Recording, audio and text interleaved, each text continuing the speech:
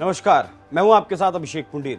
अमेठी और रायबरेली लंबे वक्त से दोनों नाम चर्चाओं में हैं और इन दो नामों के पीछे चार नाम और चर्चाओं में हैं। वो चार नाम हैं राहुल गांधी, प्रियंका गांधी, सोनिया गांधी और प्रियंका वाड्रा। कहा ऐसा जा रहा था कि जब वायनाड से राहुल गांधी ने पर्चा दाखिल कर दिया कि राहुल गांधी अमेठी से भाग चुके हैं, अब वो अमेठी वापस नहीं आएंगे। लेकिन जैसे जैसे वायनाड का मुकाबला पेचीदा हुआ, वहां चुनौती मिलनी शुरू हुई, खबरें आने लगी कि राहुल गांधी वापस अमेठी आ सकते हैं। और जिस रायबरेली की सीट को छोड़कर मां सोनिया गांधी राज्यसभा पहुंची हैं, उस सीट पर अब ऐसी आशंका है कि प्रियंका गांधी वाड्रा के नाम पर मोहर लग सकती है, क्योंकि आज कांग्रेस की वर्किंग कमेटी की बैठक है और इस बैठक में तमाम यूपी के नेताओं को भी बुलाया गया है और लंबे वक्त से नेताओं के द्वारा ऐसी भूमिका भी तैयार की जा रही थी कि राहुल गांधी भागेंगे नहीं, राहुल गांधी वापस आएंगे। तो एक बार फिर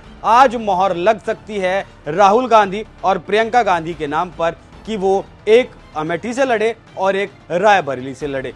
लेकिन अमेठी पर आकर गांधी परिवार का पेंच फंस जाता है, क्योंकि रॉबर्ट वाड्रा लगातार मीडिया में बयान दे रहे हैं कि लोग उनसे मांग कर रहे हैं कि वो अब सक्रिय राजनीति में आए, एक्टिव पॉलिटिक्स में आए और कहीं ना कहीं से चुनाव लड़े। तो रॉबर्ट वाड्रा की जो दिली इच्छा है वो मैं आपको बता दूं, रॉबर्ट वाड्रा की दिली इच्छा है कि वो अमेठी से चुनाव लड़ें और प्रियंका गांधी रायबरेली से चुनाव लड़ें। और आने वाले वक्त में कांग्रेस पार्टी, अगर ये दोनों नेता जीत जाते हैं तो आने वाले वक्त में कांग्रेस पार्टी का प्रतिनिधित्व ये दोनों पति पत्नी करें। लेकिन सोनिया गांधी और राहुल गांधी इस बात से कतई इत्तेफाक नहीं रखते और सोनिया गांधी राहुल गांधी को ही पार्टी का उत्तराधिकारी मानकर चल रही हैं। इसीलिए लगातार हर एक फैसला कांग्रेस पार्टी का राहुल गांधी लेते हैं। इससे पहले ये कहानी मैं आपको बताऊं, उससे पहले एक बार रॉबर्ट वाड्रा को सुनिए। देखिए, पूरे देश से पुकार है कि मैं सक्रिय राजनीति में आऊं, पर यह है क्योंकि मैं देश के लोगों के लिए हमेशा निकलता हूं, लोगों के बीच में रहता हूं।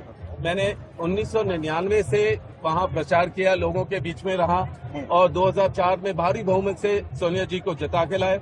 वहां के लोग हमेशा चाहते हैं कि मैं उनके साथ उनके क्षेत्र में आऊं और जो स्मृति ईरानी जी जो सांसद है वहाँ की, वो जो वादे किए थे वो पूरे नहीं किए। उनको लगा है कि जब भी स्मृति ईरानी जी ने संसद में मेरा नाम इस्तेमाल किया वो बेबुनियाद था।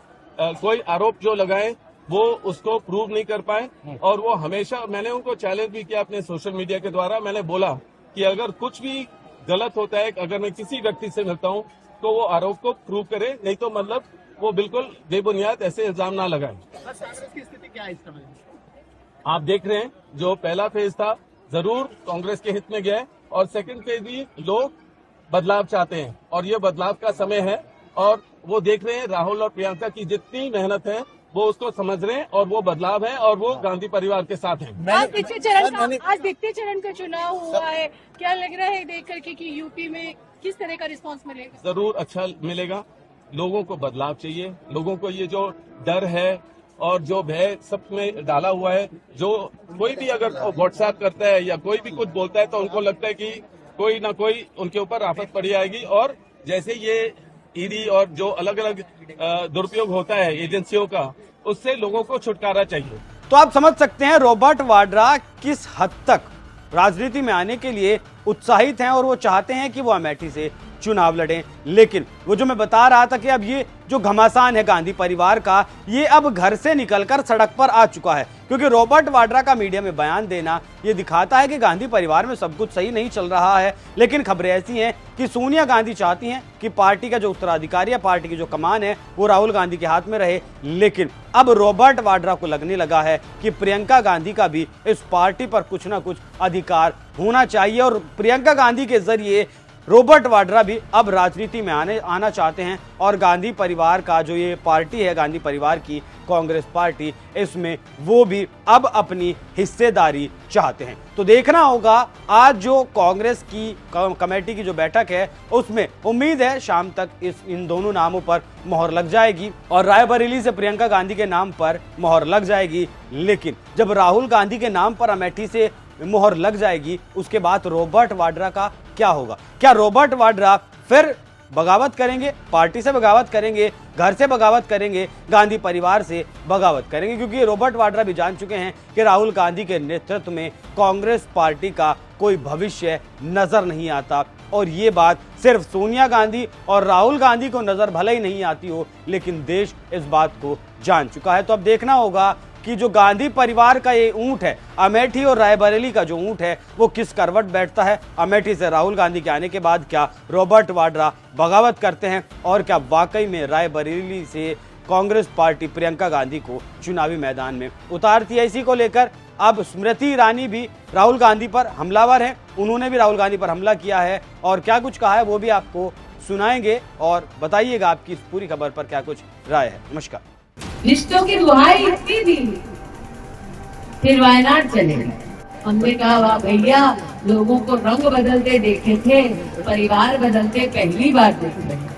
हमने जीवन में कभी ये नहीं देखा था कि एक ऐसी राजनीतिक पार्टी देश में आएगी जो सत्ता में जब रहेगी तब कांग्रेस की सरकार देश की अदालत में ये दस्तावेज देगी कि भगवान राम का कोई अस्तित्व नहीं। कांग्रेस की लूट जिंदगी के साथ भी, कांग्रेस की लूट जिंदगी के बाद भी। रिश्तों की दुहाई इतनी दी, फिर वायनाड चले गए।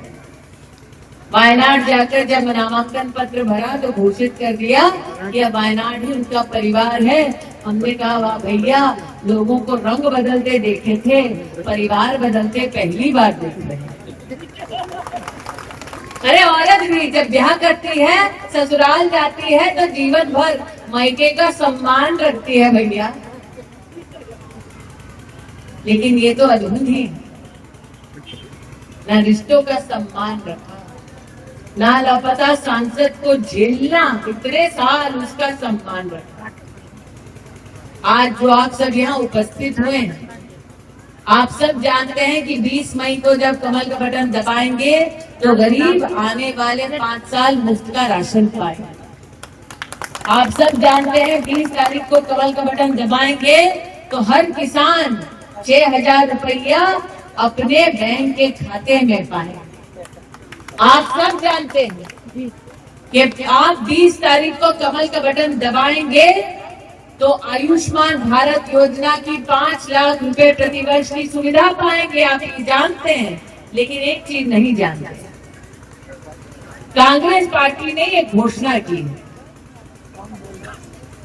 कांग्रेस पार्टी ने ये घोषणा की है कि देश भर में हर नागरिक की कमाई की गिनती की जाएगी। यहाँ कितने लोग हैं जो रामलला के मंदिर के प्राण प्रतिष्ठा समारोह का प्रसाद पाए हैं, अक्षत पाए हैं?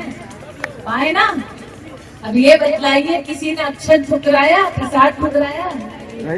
हमारा धर्म सिखाता है, हमको सिखाता है सबके धर्मों का सम्मान करो, सभी प्राणियों का, जीव जो है उसका सम्मान करो। हमारा धर्म यही सिखाता है ना।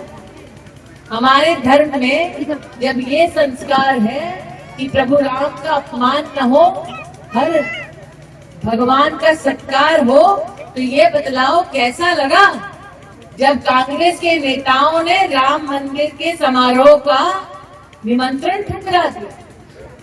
हमने जीवन में कभी ये नहीं देखा था कि एक ऐसी राजनीतिक पार्टी देश में आएगी जो सत्ता में जब रहेगी तब कांग्रेस की सरकार देश की अदालत में ये दस्तावेज देगी कि भगवान राम का कोई अस्तित्व नहीं। और राम प्रसाद जी जो यहाँ 50 साल सांसद रहे, 15 साल लापता रहे, अगर भगवान राम का कोई अस्तित्व नहीं तो मुसाफिर खाना में रामलीला मैदान कहाँ से आ गया? लेकिन ये भी सत्य है, स्मृति ईरानी जिंदाबाद, ये भी सत्य है कि वो मात्र भगवान राम के अस्तित्व से ही अपरिचित है, ऐसा नहीं है। आज अगर उन्हें बोले कि मुसाफिर खाना बिना जीपीएस के अकेले जा पाओगे? राष्ट्रपति जी बैठे हैं, यहाँ मटियारी जी बैठे हैं, अगर उनसे कहा जाए कि मटियारी जी के गांव क्या बिना जीपीएस के पहुंच पाओगे? बिना किसी कांग्रेसी नेता के पहुंच पाओगे? नहीं पहुंच पाओगे। अगर आज कांग्रेस के उस लापता सांसद से पूछा जाए कि होना कहाँ है, पन्होना कहाँ है, महोना कहाँ है, बता पाएंगे? भेटुआ कहाँ है, भादर कहाँ है, सिंहपुर कहाँ, संग्रामपुर कहाँ, थौरी कहाँ, ग्राम थौरा कहाँ, हलियापुर कहाँ, जगदीशपुर कहाँ, बता पाएंगे? वो ये नहीं बता पाएंगे कि वर्षों वर्ष जब कांग्रेस की सत्ता रही, जगदीशपुर वाले अगर हलियापुर वालों के यहाँ बेटी का रिश्ता करते तो ये मान के चलते कि हलियापुर से बारात एक दिन देर से ही आएगी। गोमती नदी का पुल बन जाएगा, ये किसी ने सपने में भी नहीं सोचा था, लेकिन मोदी है तो ये भी मुमकिन है। आपने कमल का बटन दबाया और हमने गोमती नदी का पुल बनाया। कांग्रेस पार्टी ने कहा हर व्यक्ति की कमाई गिनी जाएगी।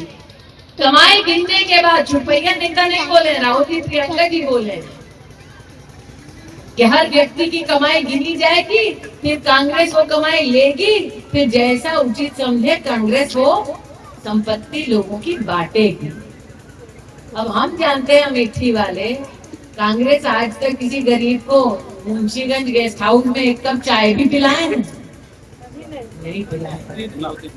ये भी कह दिया कांग्रेस पार्टी कि अगर किसी का स्वर्गवास हो गया तो विरासत आधी कांग्रेस को जाएगी, जो बचा वो फिर परिवार में भाई है तो भाई में बटेगा, बच्चे हैं तो बच्चे में बटेगा, फिर बीवी जो है वो थोड़ा पाएगी। मतलब कांग्रेस ना जीने देगी ना चैन से मरने देगी। कांग्रेस की लूट जिंदगी के साथ भी, कांग्रेस की लूट जिंदगी के बाद भी। इसलिए आज सबसे कहने आई हूँ 20 मई को जाके कमल का बटन दबाओ और कांग्रेस से अपनी संपत्ति, अपनी कमाई बचाओ, कमल का फूल खिलाओ।